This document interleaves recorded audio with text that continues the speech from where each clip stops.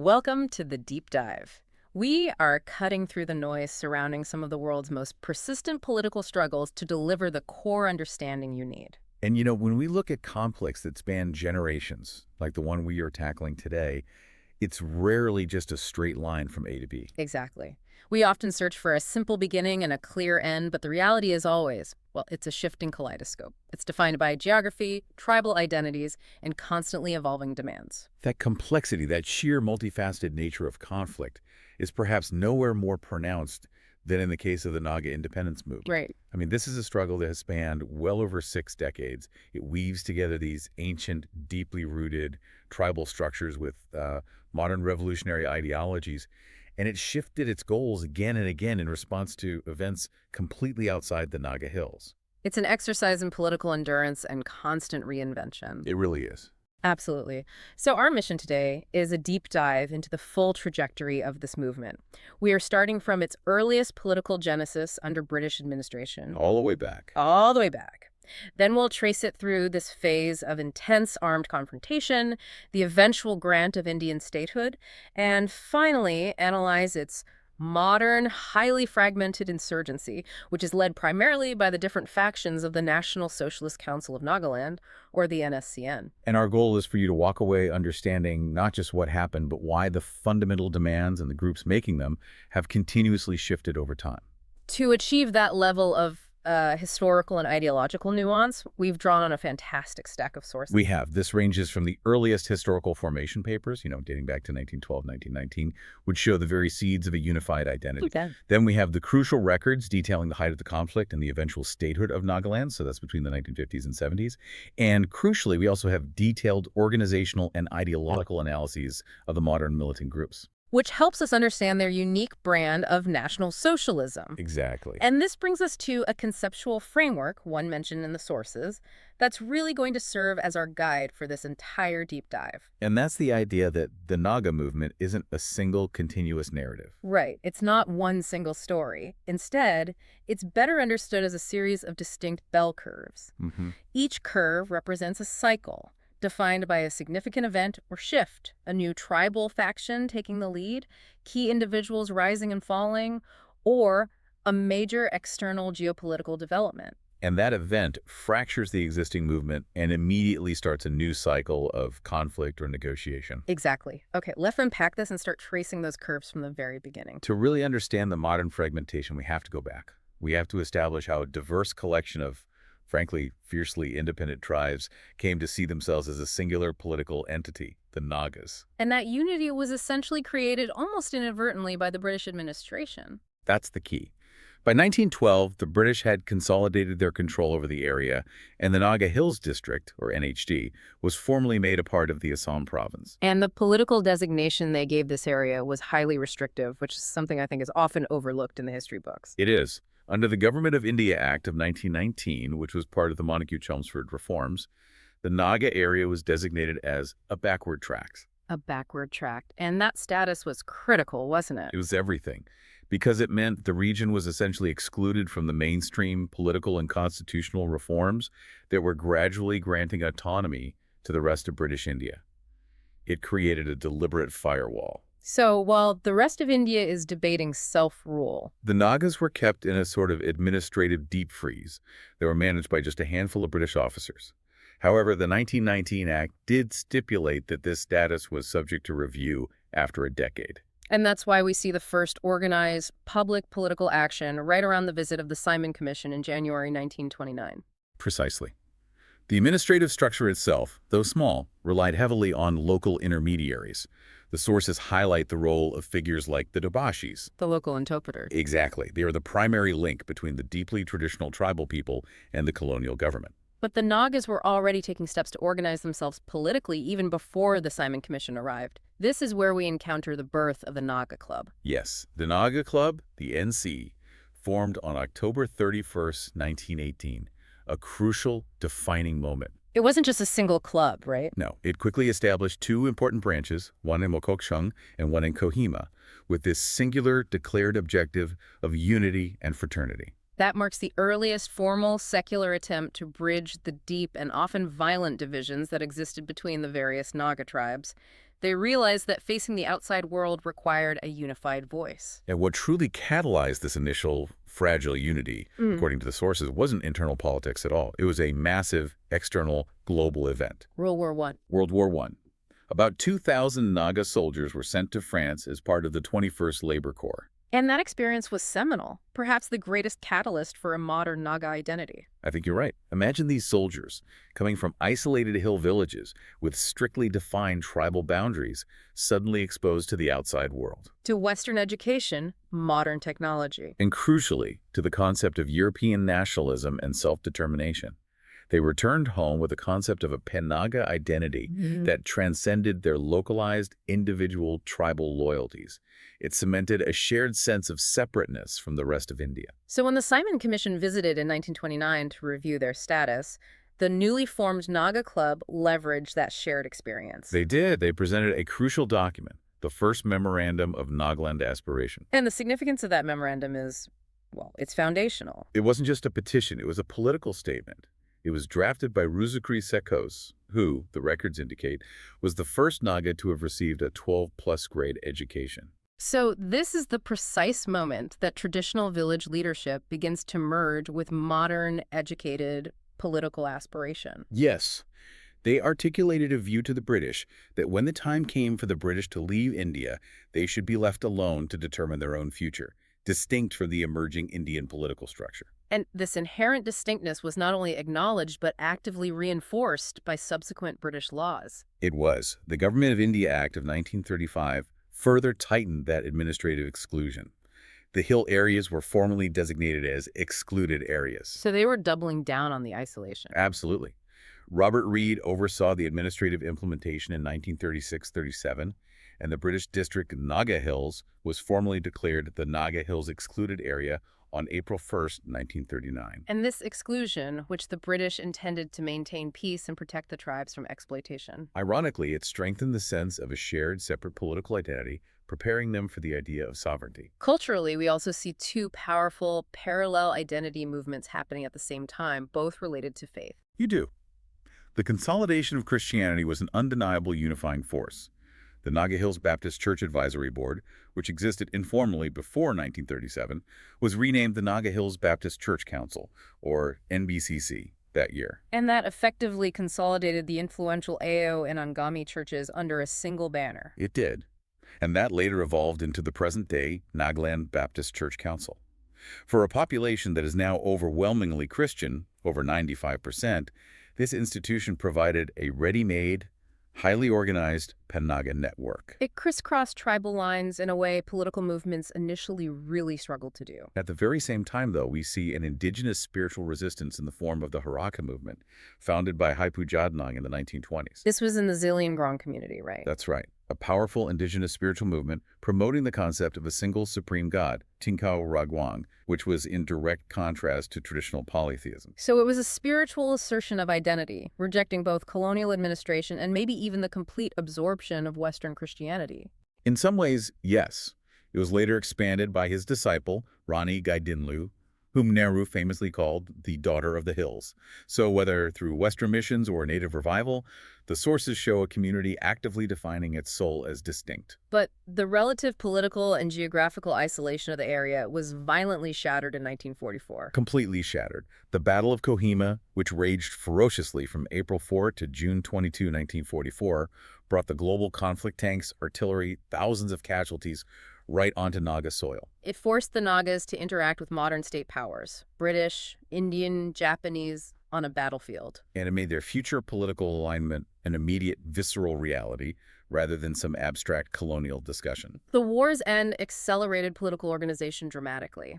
Here's where it gets really interesting, because the timeline from 1945 to 1947 is incredibly compressed. It is. In April 1945, the Nagaland Hills District Tribal Council, the NHDTC, was formed to manage post-war reconstruction and political demands. And in less than a year, on February 2nd, 1946, the NHDTC leaders created the Naga National Council, the NNC. With 29 members drawing heavily on the educated elite who had been active in the earlier Naga Club. This was the organization that would define the next 3 decades of conflict. And the NNC saw a rapid succession of presidents, including T.L. Imti and eventually the charismatic and confrontational Angami Zapufizo. The focus for the NNC quickly became negotiating autonomy before the British departure. This resulted in the key 9-point agreement, also known as the Akbar-Haidari Agreement, signed on June 26, 1947. Between the NNC and the Deputy Commissioner of Assam. This agreement was groundbreaking. It provided extensive judicial, executive, and legislative autonomy for the Nagas within the framework of India. And crucially, it formally secured the maintenance of the Bengal Eastern Frontier Regulations. The legal basis for the Interline Permit, the ILP, that still restricts movement into the state today. But the core clause, the one that proved most contentious, was that this autonomy would last for exactly 10 years. And after that? After which the Nagas would have the right to decide whether to extend it or seek independence. So the crucial question then was whether the NNC viewed autonomy as an end goal or just a strategic stop on the road to sovereignty. And they didn't wait long to answer that question.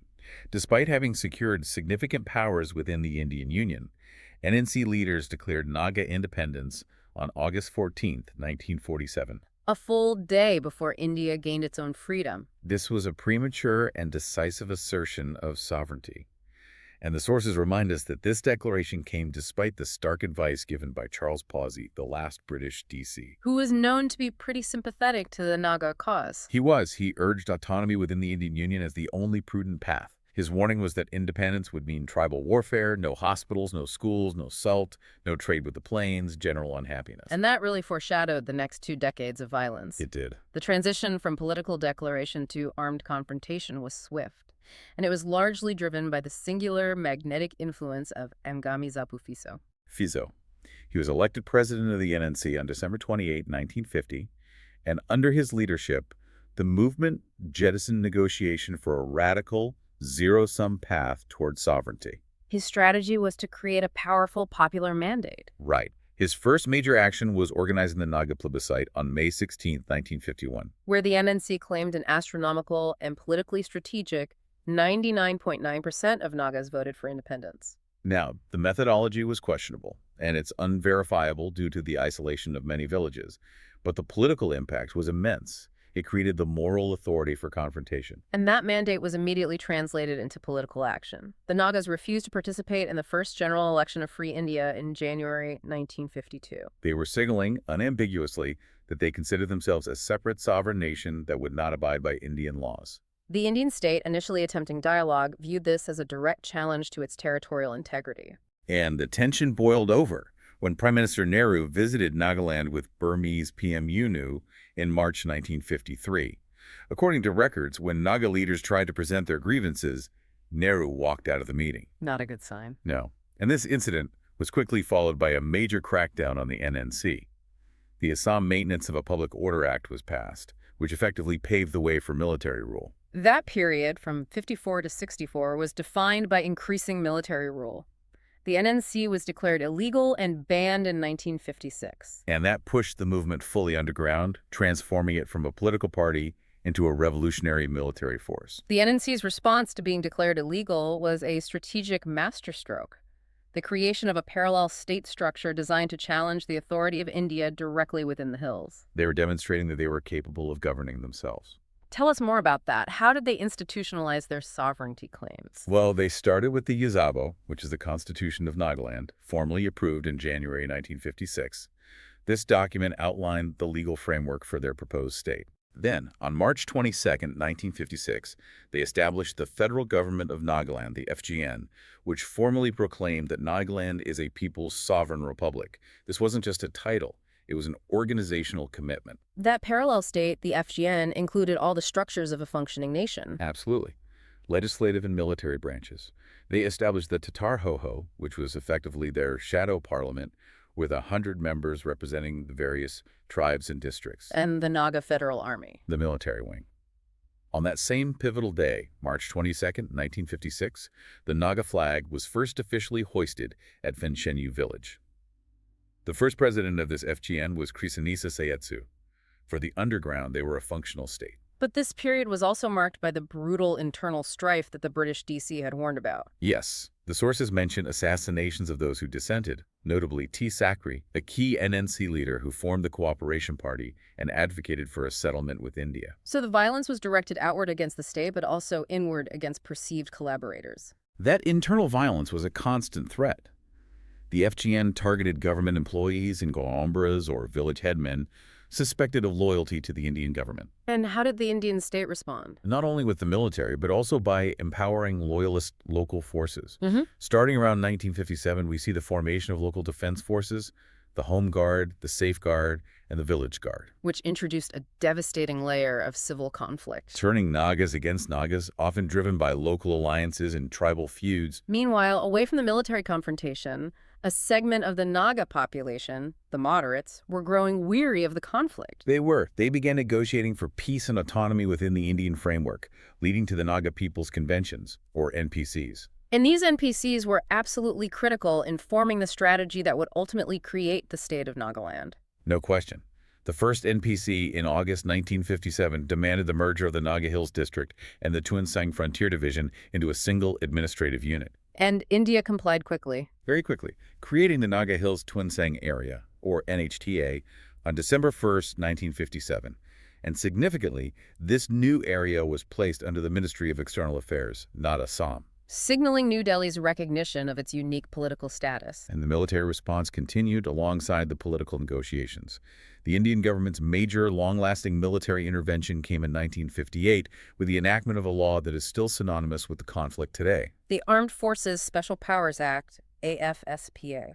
AFSPA, enacted on September 11, 1958, specifically designed to grant the Army extensive powers in areas deemed disturbed to fight the Naga insurgencies. A law that allows troops to search, seize, and even shoot to kill with relative impunity. And it became the legal basis for massive military actions, but also the source of deep resentment and allegations of human rights abuses that continue to fuel resistance today. So you have this dual track. On one side, AFSPA, and on the other, the moderates are still talking. Yes. The second NPC, in May 1958, formed a mediator committee that drafted the 16-point agreement, which was finally passed after the third NPC in 1959. This agreement finalized the roadmap to statehood. The 16-point agreement was signed on July 26, 1960. What was in it? It was comprehensive. It established an interim body led by P. Shiluao, but most importantly, it detailed the special provisions that would guarantee the protection of Naga cultural identity. So customary law, land ownership, religious practices. All of it would be protected from central Indian legislative interference. And the political process moved fast once that agreement was struck. It did. The Nagaland Statehood Bill was introduced in 1962, and with the passing of the 13th Constitution Amendment Bill, Nagaland was granted special provisions formalized as Article 371A. And inaugurated as the 16th state of India on December 1st, 1963, with P. Shiluao as the first chief minister. Now, if we look at the history here, this raises a crucial question that the sources spent a lot of time analyzing. Which is, how did the government manage to divide the seemingly unified movement and get so many influential leaders to accept statehood, effectively shattering Fizzo's sovereign republic? this is where that conceptual framework of the bell curve truly comes into play. The sources highlight the unsung role of the Intelligence Bureau, the IB, in what was essentially a psychological warfare campaign. Of trust and attrition. Their strategy was fascinating and high risk. IB officers were tasked with maintaining continuous direct communication with underground leaders, often visiting their camps at great risk to themselves. Trying to earn their confidence. Exactly. Never betraying information, and subtly persuading those who were tired of conflict to come over ground. This constant pressure created internal rifts along tribal lines, essentially peeling off factions one by one. Weakening the FGN's capacity to maintain the war. And the most dramatic shift, the first major bell curve decline for the underground, was the peeling off of the Sema tribe, who had constituted the bulk of the fighting force, the very backbone of the Naga Federal Army. The Sema split was arguably a mortal blow to the Fizzo-led underground. You see the shift in loyalty dramatically. While the first self-styled General Kaikoma Asima was assassinated for attempting cooperation, the tide truly turned with General Zuhito Sema. A legendary soldier, respected by both sides. Highly respected. His decision to come over ground in 1973 was a huge psychological and military victory for India. He brought with him an astonishing 2,650 armed insurgents. A massive chunk of the FGN's fighting strength. And the context here was crucial. The creation of Bangladesh in 1971 meant Naga insurgents lost their safe haven in East Pakistan and their easy, critical route to receive training and material from China. So the military capacity of the underground just plummeted. It did, and the Indian government showed great political acumen in integrating them.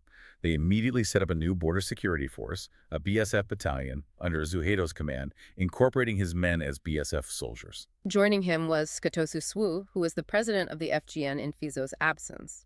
And Skatosu Swu, who was later nominated to the Rajya Sabha, provided the political reasoning for the defection. He argued openly that Nagas would fight amongst themselves if they gained independence.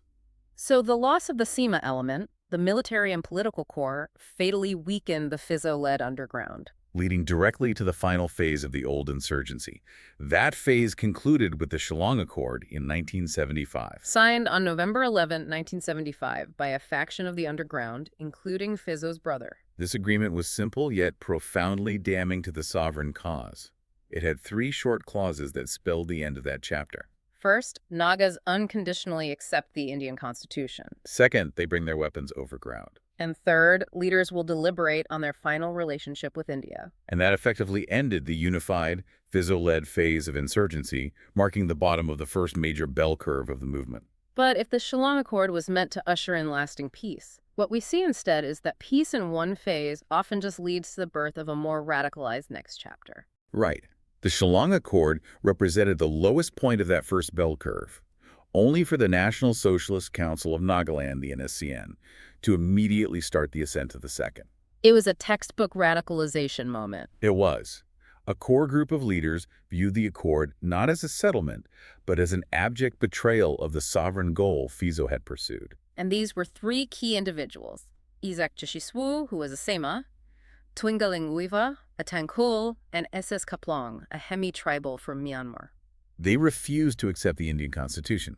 And so, on January 31st, 1980, they formed the National Socialist Council of Nagaland, or NSCN. This was a massive ideological leap because, for the first time, the movement adopted a formal, declared ideology that went far beyond simple nationalism. Their core stated belief was the nationalist goal of a sovereign Naga state, combined with their belief in socialism. They drew inspiration from regional Maoist movements and used a communist framework socialism and dictatorship of the proletariat to achieve a nationalist end. But this ideological fusion created internal fault lines, which, predictably, led to the internal split that has defined the modern movement. That initial unity, despite its strong ideological base, failed to hold. The NSCN split violently on April 30th, 1988, primarily over disagreements about dialogue with India and tribal leadership, resulting in the 2 major factions that dominate the landscape today: NSCN-K, led by SS Kaplang, and NSCN-IM, led by Isak Chishiswu and Thungalang Muiva. And the ideological nuances of the NSCN were fascinating and deeply paradoxical. If we look at their manifesto, it's stated explicitly that the NSCN stands for socialism and Wakat. And believes in the dictatorship of the people through the National Socialist Council. I mean, that's straight-up Marxist-Leninist model, typically secular and often atheistic. It is. Yet their primary operating slogan became Nagaland for Christ. Or sometimes Nagalim for Christ. It's a powerful, unifying Christian element. It's ironic, isn't it? The same socialist group, founded partly on communist ideology, realized that their political survival hinged on embracing the overwhelming Christian identity they initially tried to suppress. The sources recount a powerful anecdote illustrating this tension. Early NSCN leaders, trying to enforce their hardline socialist ideal in the early 1980s, actually attacked and burned some churches. Believing organized religion was counter-revolutionary. Exactly. The blowback from the tribal community, which was intensely devout and over 95% Christian, was immediate and severe. They recognized that attacking the church meant losing popular support instantly. So they quickly amended their constitution. And changed the slogan to reflect the strong Christian identity of the Naga people. The church, therefore, remains a necessary foundational component of their political movement. So the state might be socialist in economic structure, but the movement's moral justification and community base is religious. But how do they reconcile that? Well, Weeva, in an interview in 2005, clarified this apparent contradiction. He was clear. The future state must be secular.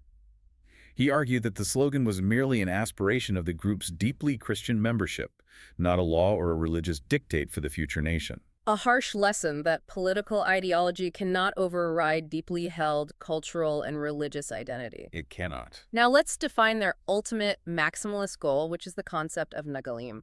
This is the enduring political objective that fundamentally separates the NSCN factions from the earlier leaders who settled for statehood in 1963.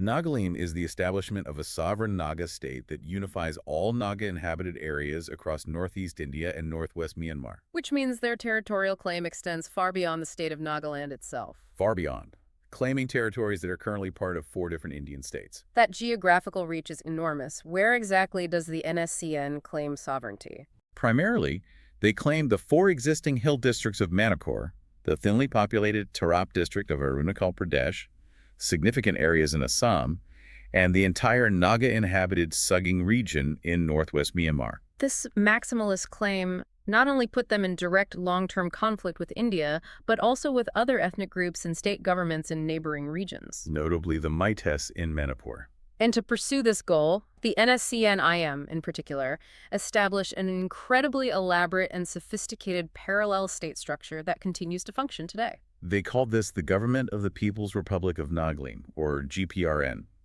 This structure is comprehensive, with both civil and military wings, the Naga Army. It's highly organized. How so? It has divided its territory of influence into 11 administrative regions, largely based on sub-tribe considerations, and it runs a total of 9 ministries. 9 ministries suggests an effort to replace the functions of a legitimate government entirely. Not just run an insurgency. The 4 most prominent and powerful ministries are Defense, responsible for the Naga Army, Home, Finance, which manages taxation, and Foreign Affairs, which manages external relations. And the Home Ministry is effectively the civilian administrative arm of this shadow government. Yes. The head of the Home Ministry is known as the Kilo Kilonsar.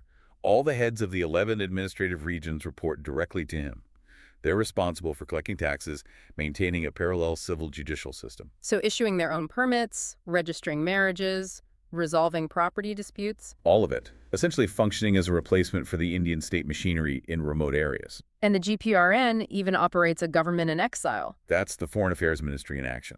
They send emissaries to formal and non-formal world bodies, sometimes to countries unfriendly with India, to garner political support and raise funds. The complexity of this structure proves that the NSCN-IM doesn't just view itself as a military organization. No, it considers itself the legitimate sovereign power waiting for recognition. If we connect this detailed structure to the bigger picture, it becomes clear that maintaining a parallel government, thousands of armed fighters, and all these administrative staff requires substantial continuous funding. Which brings us to the contemporary conflict landscape and the financial engine driving the modern insurgency. The sources make it clear that the NSCN relies heavily on illicit and quasi-legal activities to sustain itself. Listing extortion and drug trafficking as major sources of income, they don't refer to these funds as extortion, though. No, they've strategically rebranded them as legitimate taxes. That narrative distinction is essential for their legitimacy among the population they control. They enforce a highly systematic taxation regime. What are the rates? They levy a significant 12% tax rate on the salaries of government employees residing in areas they control. And they demand a minimum 5% rate from shops and commercial establishments. This is their primary internal funding mechanism, generating tens of millions of rupees annually. And this money isn't just used for their own fighters. It also helps maintain their network of regional alliances. The NSCN retains about 70% of this income, but they distribute the remaining 30% to smaller, allied, ethnic insurgent groups, creating a stable funding ecosystem that makes the entire underground infrastructure highly resilient. Exactly. Externally, the Indian government has consistently alleged that geopolitical players are supporting the Naga cause to destabilize the region. Yes. The allegations that both China and Pakistan provide financial support, training, and weaponry to the NSCN have been persistent since the 1960s. And this external linkage relied heavily on that geography we discussed earlier. The thinly controlled border with Myanmar. This provided a traditional, indispensable route to access training and material from both China and what was then East Pakistan, circumventing the Indian military presence.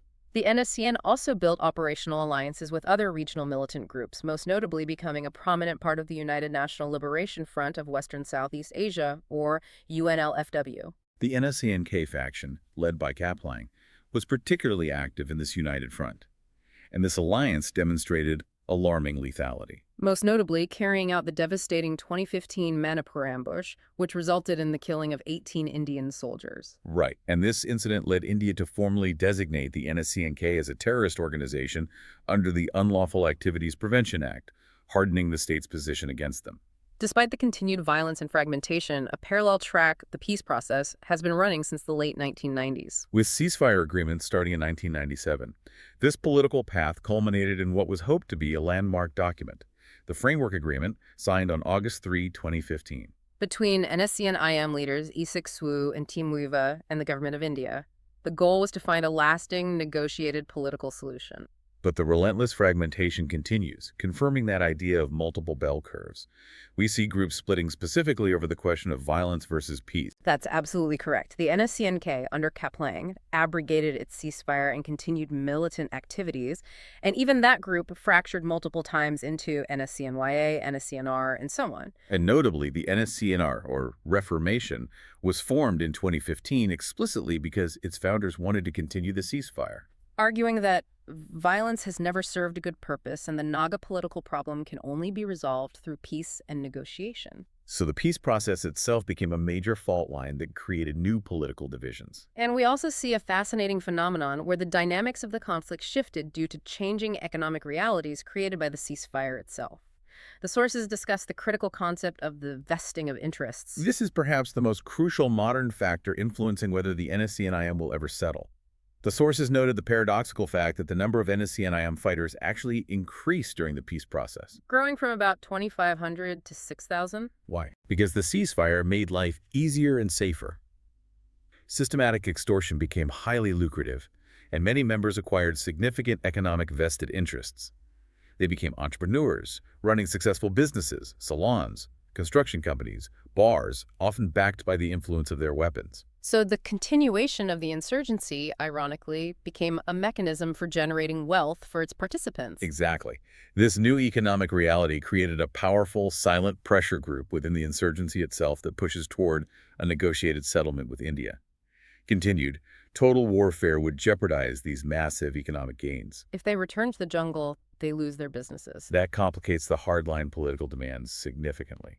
This brings us to the current sticking points in the peace talks, dominated by the demands of Team Wiva, the last high-profile leader from the founding generation. The primary obstacle preventing a final agreement is Wiva's insistence on two symbolic demands: a separate Naga flag and a separate Naga constitution for Nagaland. And he claims this demand is based on a promise of shared sovereignty given by the Indian government during the Framework Agreement talks. The Indian government's response to this symbolic demand has been a strategy of isolation, again leveraging the internal fragmentation of the Naga movement. Using the very bell curve strategy that worked in the 1970s. Precisely.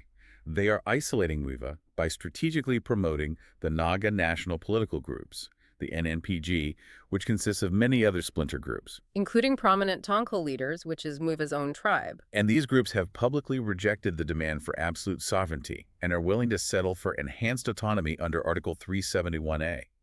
They have publicly dismissed Wiva's flag and constitution demands as poppycock and a fantasy, creating a counter-narrative that limits the possible terms of the final settlement to something short of symbolic sovereignty. To truly contextualize this current fight over symbols, a flag, and a constitution, we have to return to that crucial, almost mythical historical moment that defines the cultural versus political dilemma. The 1962 Sino-Indian War. This moment raises the ultimate question. When the opportunity for absolute political independence was handed to them on a platter, why did the Naga leaders pull back? It contradicts the entire premise of the movement's existence. The source recounts the story shared by Setosu Swu, the former FGN president who was there. In 1962, when China attacked India, the Indian army forces were rapidly withdrawn from the northeast to fight on the border, leaving Nagaland virtually undefended, save for 2 battalions of police. Naga independence was there for the taking. So what did they do? Setosu Swu explained that the Naga leaders met and introspected deeply about the implications. If they seized political independence at that moment, they knew they would inevitably fall under Chinese influence. And crucially, Many of them had trained in Tibet. and had witnessed firsthand the brutality of the Chinese occupation, specifically the destruction of the Tibetan way of life and the Buddhist faith through sinification. This was the moment of profound clarity. Their fight, they concluded, was primarily to preserve the Naga way of life and their deeply held Christian faith. And they realized the Chinese communist regime would never guarantee those protections. Paradoxically, the Indian Constitution did guarantee many of those cultural protections. Particularly through the powerful mechanism of Article 371A. That article, which guarantees that no act of the Indian Parliament regarding religious or social practices, customary law, or land ownership will apply to Nagaland unless the State Assembly explicitly agrees, was the key compromise. The Naga leaders consciously valued that guaranteed cultural and religious protection over immediate, unsecured political independence. The sources suggest that the moment of truth came in 1962, and the Naga leaders decided their fight was fundamentally cultural and religious, not purely political. And they secured those cultural protections by accepting statehood and Article 371A. To synthesize this deep dive, we return to that framework of the bell curve. The Naga struggle transformed radically, starting as a unified anti-colonial movement focused on early autonomy under the Naga Club and NNC. It then escalated into a decades-long violent confrontation under Fizo's federal government, the peak of the first curve. Only to be systematically dismantled by the Indian government's strategy of exploiting tribal divisions, driving the movement to its low point with the Shillong Accord. This immediately led to the birth of the second curve. The fragmented, ideologically diverse National Socialist Council of Nagaland factions, whose maximalist goals for Nagaland are now complicated not just by military opposition, but by the overwhelming economic vested interests of their own membership and shifting internal tribal politics. So what does this all mean? The core tension isn't simply about territory or political status. It has always been about the preservation of a distinct sociocultural identity. A demand that, ironically, pushes for full sovereignty, a separate flag and constitution, while simultaneously relying upon the deep special protections granted by the Indian Constitution's Article 371A. Protections that the Naga leadership itself consciously chose over full political freedom decades ago. That historical choice trading political sovereignty for cultural security is the profound legacy that frames the current stalled negotiations. Which leaves us with this provocative thought for you, the listener. The historical analysis suggests that when absolute sovereignty was within grasp in 1962, Naga leaders prioritized cultural and religious protection guaranteed by India. Considering the ongoing demand for a separate flag and constitution today, which are purely political and symbolic goals. Does the modern movement still primarily fight for the unachievable ideal of Nagaland? Or has the underlying existential fear of cultural annihilation, which was fundamentally resolved by staying with India and Article 371A, been replaced by a simple institutional desire for symbolic recognition and political permanence for the NSCN leadership? Explore the ongoing critical negotiations in light of those historical compromises. It forces you to question whether the means of conflict has outlived the original existential ends. And that's your deep dive. We'll see you next time.